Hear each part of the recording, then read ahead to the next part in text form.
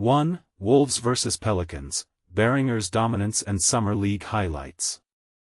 2. Wolves outlast Pelicans in NBA 2K26 Summer League thriller. 98-91 highlights. 3. Pelicans Summer League loss core Brewer, Jeremiah Fears and Derik Queen post-game interview. 4. Pelicans rookies shine despite Summer League loss to Timberwolves. 5. Lester Quinones drops 20 points vs Timberwolves 2025 NBA Summer League highlights. 1. Wolves vs Pelicans, Beringer's dominance and Summer League highlights. Wolves vs Pelicans, Beringer shines with 6 blocks. In an exciting opener for the NBA 2K26 Summer League, the Minnesota Timberwolves faced off against the New Orleans Pelicans at the Thomas and Mack Center in Las Vegas on Thursday afternoon. This matchup featured a blend of seasoned Summer League players, the Timberwolves' 2 recent draftees from the 2025 NBA Draft, and several hopefuls eager to secure a spot on an NBA roster. Following the draft last month, Timberwolves general manager Matt Lloyd remarked, "If you look at some of the younger guys, we almost have one guy at every single position now." This statement was reflected in the lineup the Wolves presented to kick off the Summer League. The Timberwolves emerged victorious with a score of 98-91, seizing control late in the second quarter and maintaining their lead throughout the game. Numerous players from Minnesota delivered impressive performances, with some shining brightly while others struggled to find their rhythm in Las Vegas. Joan Beringer. From the very first play, Joan Beringer showcased his defensive prowess by blocking the Pelicans' initial 2 shots. His first block came against Yves Missy in the post, followed by a remarkable rotation to deny Jeremiah Fears on a drive to the basket. Beringer's defensive skills were not just a fluke, he concluded the game with an impressive total of 6 blocks, demonstrating his length, agility, and keen ability to read the game. Another noteworthy statistic for Beringer was his discipline on the court, as he only committed 2 fouls. Young players, especially those focused on defense, often struggle with foul trouble in their early games. However, Beringer managed to effectively guard the paint without falling into that trap. His contributions weren't limited to defense, Beringer also displayed offensive talent. He scored his first points with a floater from 9 feet on the left baseline, and shortly after, Terrence Shannon Jr. connected with him for a lob at the rim. Beringer finished the game with 11 points on 5 of 6 shooting, alongside 8 rebounds, 1 assist, 2 steals, and those 6 blocks. While it's crucial not to overreact to a single Summer League performance, Beringer's debut with the Timberwolves could hardly have gone better. Terrence Shannon Jr. Watching Terrence Shannon Jr. play, one might conclude that he is simply too skilled for the Summer League. He dominated the game, scoring 20 points and providing 9 assists, both of which were team highs. The highlight of the game came late in the fourth quarter when Shannon executed a coast-to-coast drive, culminating in a spectacular dunk that helped secure the Wolves' victory. With Nickeil Alexander-Walker no longer on the team, there is a vacancy in the Wolves' rotation for a guard or wing to step up. Shannon is poised to fill that role, especially after his impressive performance during last year's Western Conference Finals. This Summer League showing further solidifies the notion that he is ready for a significant role next season. Rob Dillingham. Rob Dillingham's performance was the only slightly concerning aspect of the game. He scored 15 points but struggled with his shooting, going 4 of 14, including a disappointing 1 of 8 from inside the arc, and he also recorded 7 turnovers. While 7 turnovers is excessive, they didn't seem overly alarming in the context of Dillingham's game. Many of these turnovers resulted from attempts to pass to teammates who were not in optimal positions, a situation that is less likely to occur during the regular season. However, his 2-point shooting raises more significant concerns. For Dillingham to thrive in the NBA, he must become a scoring threat in the paint. Given his size, this will require him to convert challenging layups against larger defenders, which he struggled with in this game. On a positive note, Dillingham also recorded 6 assists and made 3 of his 6 attempts from beyond the arc, including an impressive and 1 pull-up shot following a screen from Beringer. With Mike Conley, at 38 years old, being the only other true point guard on the roster, the Timberwolves clearly see potential in Dillingham to take on more minutes as Conley's role diminishes. While it's essential to approach any summer league performance with caution, there is hope that Dillingham can improve his ball handling and diversify his scoring options in the upcoming games. Up next, the Timberwolves are set to play their next summer league game on Saturday night against the Denver Nuggets at 9 p.m. Central Time, which fans can catch on NBA TV. 2. Wolves outlast Pelicans in NBA 2K26 Summer League Thriller. 98-91 highlights. NBA 2K26 Summer League, Timberwolves triumph over Pelicans. In an exciting matchup at the NBA 2K26 Summer League, the Minnesota Timberwolves emerged victorious against the New Orleans Pelicans with a score of 98-91. This thrilling game took place at the Thomas & Mack Center in Las Vegas on Thursday. The Timberwolves, starting their summer league campaign with a record of 1-0, faced a challenging beginning but quickly turned the tide. After falling behind 20-17 in the first quarter, they rallied impressively, outscoring the Pelicans 31-20 in the second quarter to establish an 8-point lead.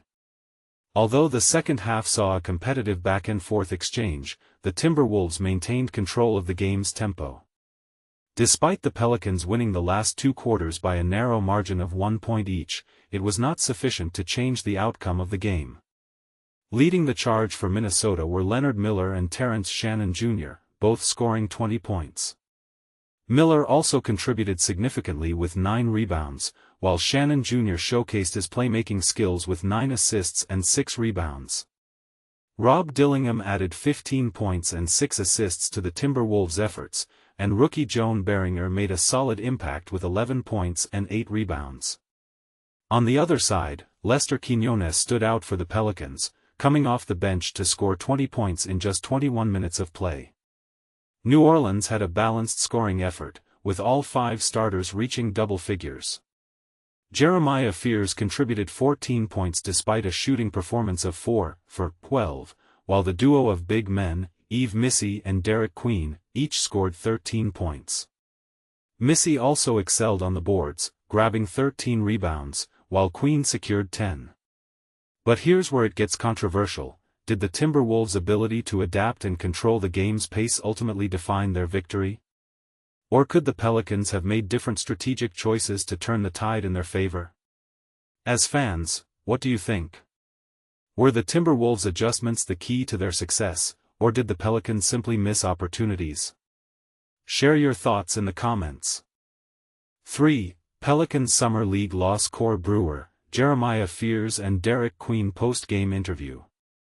The Pelicans' Summer League opener was a roller coaster of emotions. Here's why their rookies' performances left fans both excited and frustrated, but here's where it gets controversial. Is early game inconsistency a rookie rite of passage, or should we be worried about these costly turnovers?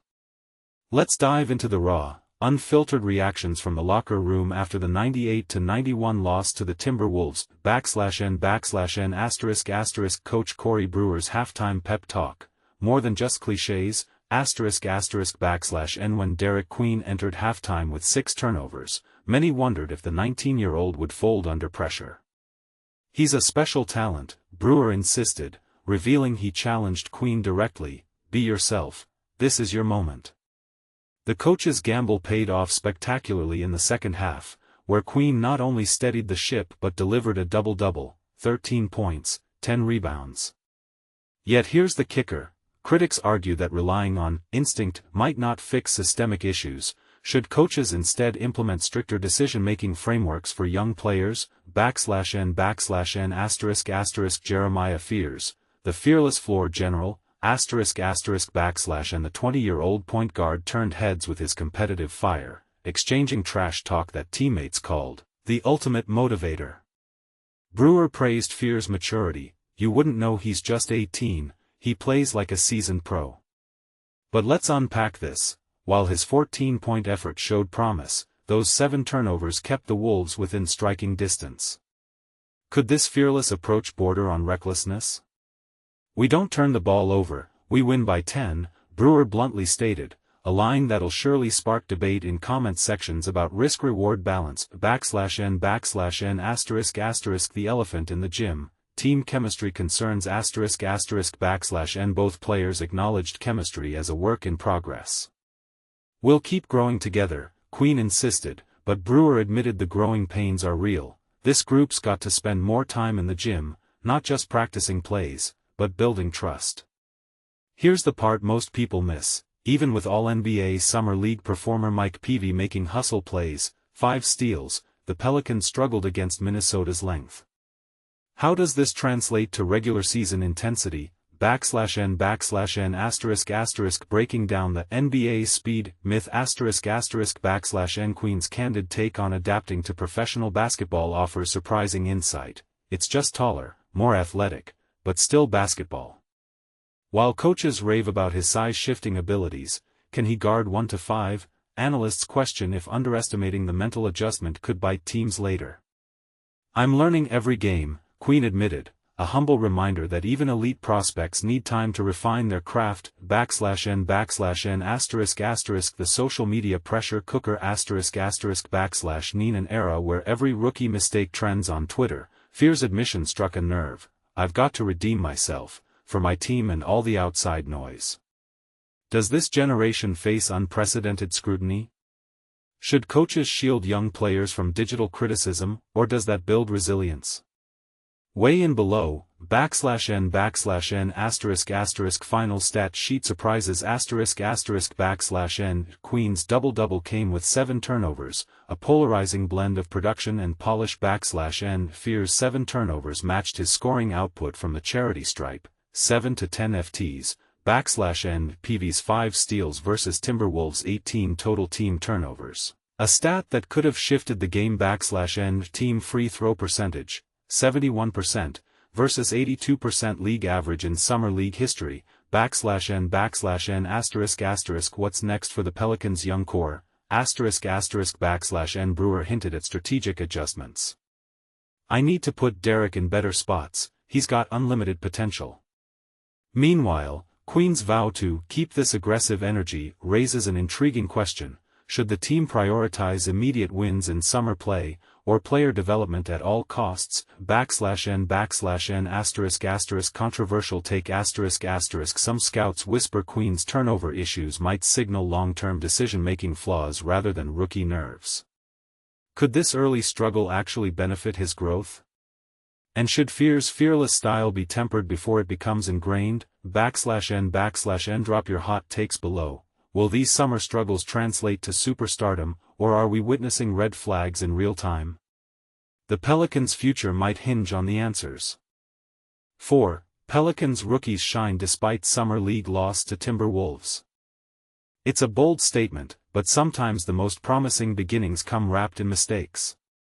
That was certainly the case for the New Orleans Pelicans during their summer league opener against the Minnesota Timberwolves, a game that ended in a 98-91 loss but provided plenty of moments to analyze, question, and even celebrate.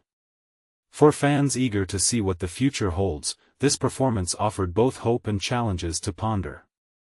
But here's where it gets controversial. Is it fair to judge rookies on such limited experience, or should we expect them to hit the ground running? The Pelicans' first-round draft picks, Jeremiah Fears and Derik Queen, showed why they were highly coveted selections while also revealing some growing pains typical of young players stepping onto an NBA court for the first time. Fears, chosen 7th overall from Oklahoma, put up 14 points and dished out 2 assists but struggled with ball control, committing 7 turnovers. His standout play came during a pick-and-roll sequence when he connected with center Yves Missy for a stunning alley-oop, a reminder of his potential as a dynamic playmaker. However, those turnovers raised eyebrows, sparking debates about whether raw talent can translate into consistency at this level. Queen, selected 13th overall after shining at Maryland, delivered a double-double with 13 points and 10 rebounds but mirrored Fear's struggles by also racking up 7 turnovers. His journey through the game was emblematic of a rookie finding his footing. He didn't score his first basket until late in the third quarter but rallied impressively to finish strong. One of his highlights included a dazzling behind-the-back assist to Hunter Dickinson, leaving spectators buzzing about his creativity and vision. "He's special," said Pelicans Summer League coach Corey Brewer. "He's got talent.